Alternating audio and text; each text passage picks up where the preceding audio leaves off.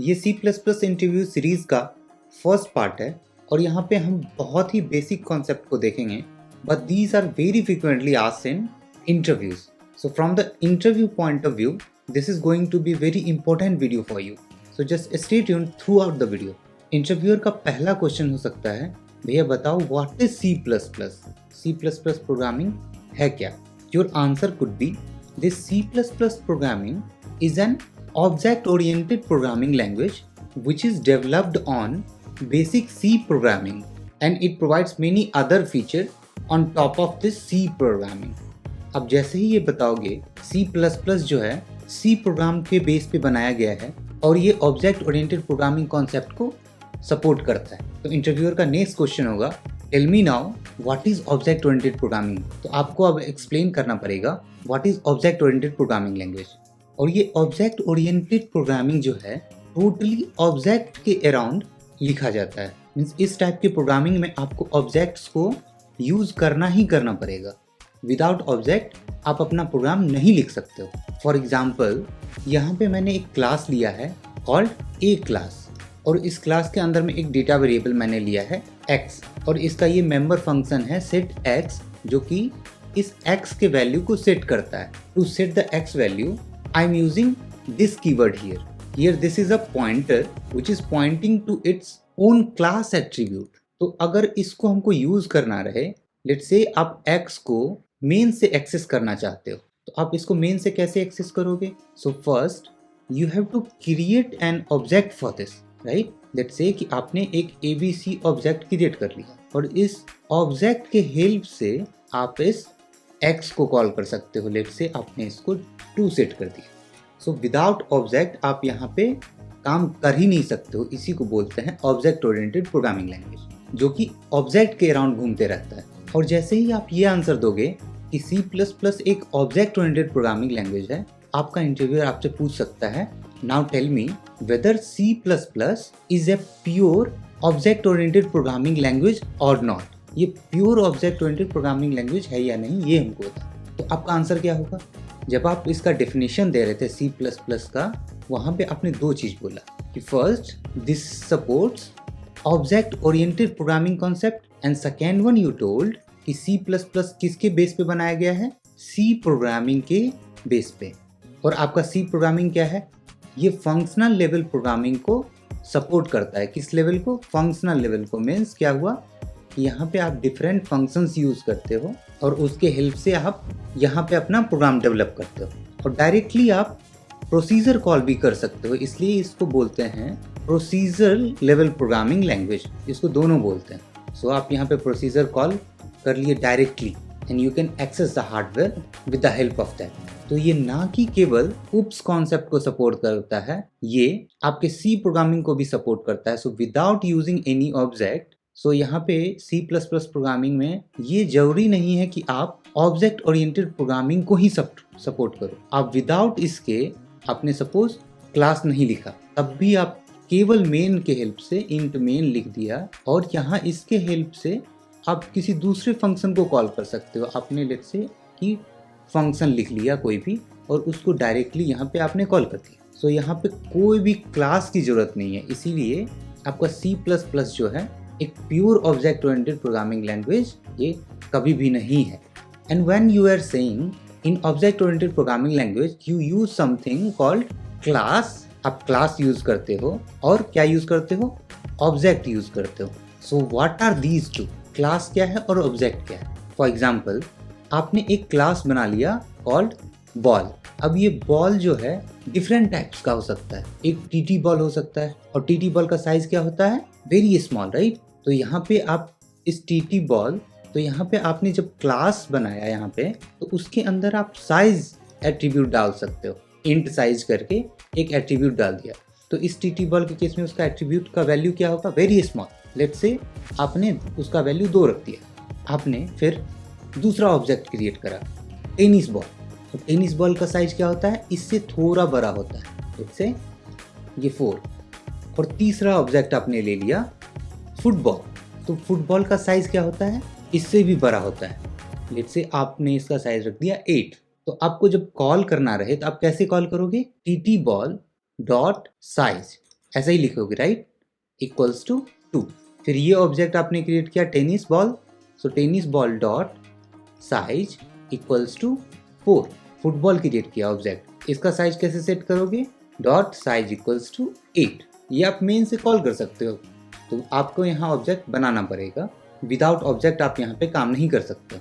अब इंटरव्यूअर आपसे next question कर सकता है कि now tell me what are the features of object oriented programming language, कि भैया इसका फीचर आप बताओ मेरे को। This object oriented programming concept support 4 kinds of feature. इसका मेनली 4 तरह का फीचर है जो कि ये सपोर्ट करता है। इसका फर्स्ट फीचर है इनकैप्सुलेशन। इसके नाम में ही एक कैप्सूल है राइट, और कैप्सूल कैसा होता है, उसका एक टॉप कवर होता है और उसके अंदर मेडिसिन भरे होते हैं right, and when we consume it तो पेट के अंदर जाके ये अनकवर होता है, ये ब्रेक होता है कैप्सूल, और इसका मेडिसिन बाहर आके अपना असर दिखाता है। Will understand more on this. ये नेक्स्ट कॉन्सेप्ट सपोर्ट करता है डेटा एब्स्ट्रैक्शन। क्या सपोर्ट करता है, एब्स्ट्रैक्शन। इस डेटा एब्स्ट्रैक्शन को हम लोग डेटा हाइडिंग भी बोलते हैं। क्या बोलते हैं, डेटा हाइडिंग। और ये क्यों बोलते हैं हम लोग इसको देखेंगे।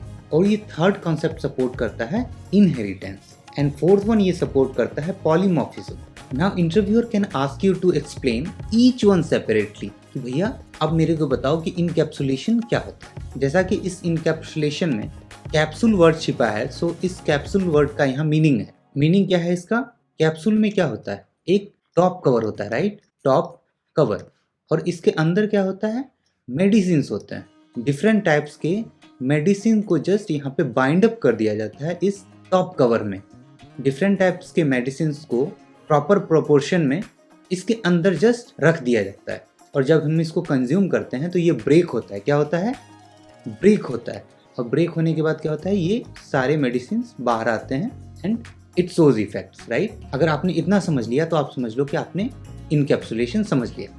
आप ऑब्जेक्ट ओरिएंटेड प्रोग्रामिंग में क्या करते हो, यू टेक अ क्लास, जैसे कि मैंने यहाँ क्लास ए लिया है, और इस क्लास ए के अंदर क्या है, मैंने यहाँ पे एक एट्रीब्यूट लिया है इंटीजर x, और इसका मेंबर फंक्शन मैंने लिया है सेट x, जो कि इस x के वैल्यू को सेट करता है।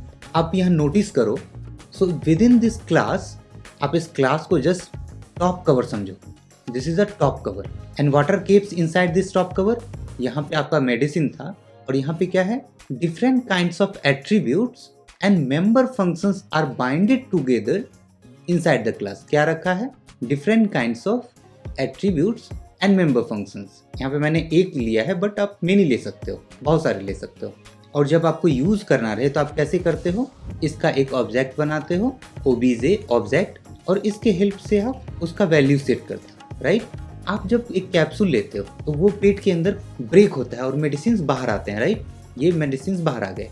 तो उसी तरह यहाँ पे इसके एट्रीब्यूट और मेंबर फंक्शंस इसके क्या हैं, मेडिसिन हैं, और इसको यूज करना रहे तो आप कैसे करोगे, आप टॉप कवर को ब्रेक करोगे। तो टॉप कवर को ब्रेक कैसे किया जाता है, by making an object for it, और ऑब्जेक्ट बना के उसके बाद आप इसका यूज कर सकते हो, इस एट्रीब्यूट और मेंबर फंक्शन का directly with the help of dot operator. आपको सिंपली एक डॉट ऑपरेटर लेना है और उसके वैल्यू का आप कुछ भी सेट कर सकते हो, या कॉल कर सकते हो आप मेंबर फंक्शंस को डायरेक्टली।